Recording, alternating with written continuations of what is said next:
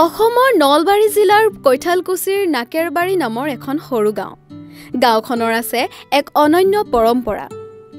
আজিৰ দিনত যেতিয়া মানুহে লাহে লাহে নিজৰ পৰম্পৰাগত ৰীতি-নীতি পাহৰি অহা দেখা যায়, তেতিয়াও এই গাঁওখনৰ মানুহে প্ৰায় ৪০ বছৰৰো অধিক সময় ধৰি এক বিশেষ আদিপুৰণি পৰম্পৰা পালন কৰি আহিছে।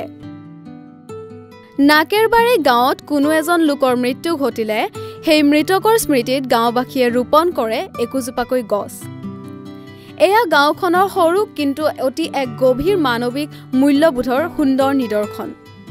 গাঁওখনত এই পৰম্পৰা ১৯৭৫ চনৰ পৰা চলি আহিছে, যিয়ে মানৱ জীৱন আৰু প্ৰকৃতিৰ সৈতে তাৰ নিবিড় সম্পৰ্কৰ এক অমূল্য দৃষ্টান্ত দাঙি ধৰিছে। মই উপস্থিত আছো নলবাৰী জিলাৰ কৈঠালকুছিৰ নাকেৰবাৰী অঞ্চলত, আৰু এই নাকেৰবাৰী বৃহত্তৰ চুবুৰীটোত প্ৰায় ৪০ বছৰৰ পৰা এক পৰম্পৰা চলি আহিছে। ইয়াতে প্ৰতিজন মৃত ব্যক্তিৰ শৰণত একোডালকৈ গছপুলি ৰোপণ কৰা হয়, আৰু ইয়াৰে মোৰ সতীৰ্থ হৈ দেখুৱাব ইয়াৰে গছসমূহ এতিয়া একোডাল বৃহৎ গছত পৰিণত হৈছে। আৰু অতীজৰে পৰা এই পৰম্পৰা চলি আহিছে যে তেওঁলোকে মৃত ব্যক্তিজনৰ নামত একোডালকৈ গছপুলি ইয়াতে ৰোপণ কৰে। আৰু এই মথাউৰি এইটো হৈছে কানাইখুন্দা নদী, আৰু কানাইখুন্দা নদীৰ মথাউৰিৰ দুয়োটা পাৰত প্ৰায় ১০০ জোপা এনেকুৱা গছ ইয়াতে আছে।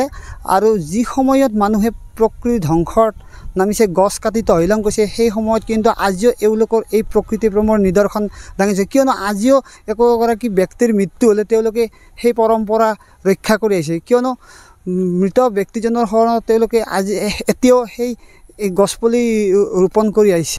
আপোনাৰ ঠাইখিনিৰ নাম কি হয়? এই ঠাইখিনিৰ নাম আমাৰ নলবাৰী জিলাৰ কৈঠালকুছি গাঁৱৰ নাকেৰবাৰী আমাৰ এটা চুবুৰী, আৰু ইয়াত আমাৰ গাছপুলি ৰোৱা হয়। এটা পৰম্পৰা, তাৰমানে একজন মানুহ মৰিলে তাৰ বিপৰীতে এটা বা দুটা গাছপুলি ৰোৱা হয়। আজিৰ পৰা মোটামুটি ১৯৭৫ চনৰ পৰা এই প্ৰথাটো আমাৰ চলি আহি আছে। আৰু আজিৰ পৰা ৪০ বছৰ আগতে এটা ৰামচিজ বুলি এটা বিহাৰী আছিল, বিহাৰীৰ নামত আমি গাছ আদলা ৰুইছিলোঁ, কিন্তু আমাৰ বহুত গাছ কটা গ'ল ইতিমধ্যে মথাউৰিত। এতিয়াও বোধহয় ১১০ মান গাছ হ'ব, এটা মানে অনুমান কৰিছোঁ ১১০ মান গাছ হ'ব। এই গছ ১৯৭৫ চনৰ পৰা ৰোৱা হৈছে।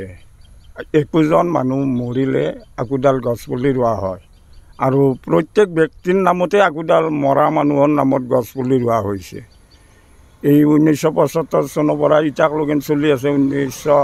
২০২৫লৈকে ৰোৱা হৈ আছে, আৰু ভৱিষ্যতো ৰাইজে ৰুই থাকিব একোজন মানুহ মৰিলে। টোটেল ২০০ হ'ব, দক্ষিণ ফালকলৈকে ২০০ দুপাৰে আছে, ইপাৰে আছে বহুত জেগা আমাৰ। সিফালেও গাছ গেলিৰে গম পাব, চব ৰোৱাই গছ মানুহ মৰাৰ পিছত। প্ৰথম গছডাল আছে নে এতিয়াও? নাই, সেই গছডাল মথাউৰিত যোৱা বছৰ কাটিছে। সেইডালে প্ৰথম ফাৰ্ষ্ট ৰোৱা গছ আছে, বহুত ডাঙৰ হৈছিল। সেই গছডালৰ ফটো নিলে হয়তো গম পালা হয়। এতিয়া এই সেইডাল ল'ব পাৰিব গছ। কি গছ আছে? যিকোনো গছেই আছে, চব গছেই আছে। আম গছৰ পৰা হেৰিক লগিন আছে, আৰু ৰাতি মৰাৰ পৰা কৃষ্ণচূড়াকলৈকে নতুন নতুন পুলি ৰোৱা হৈ আছে। ইটা মৰাবিলাকৰ পুলিবিলাক ডাঙৰ হোৱা নাই। এইখিনিয়ে। নাকেৰবাৰীৰ লোকসকলে বিশ্বাস কৰে যে গছ ৰোপণ কৰি মৃতকৰ স্মৃতি সজীৱ ৰাখিব পাৰি। গছজোপাই সেই মৃত ব্যক্তিজনৰ জীৱনৰ এক প্ৰতীক স্বৰূপ, যি সময়ৰ লগে লগে ডাঙৰ হৈ গাঁওখনক ছাঁ, অক্সিজেন আৰু সৌন্দৰ্য উপহাৰ দি যাব পাৰে। এই পৰম্পৰা গাঁওখনৰ সকলোৰে মাজত একতা আৰু সমবেদনা বৃদ্ধিতো সহায় কৰে।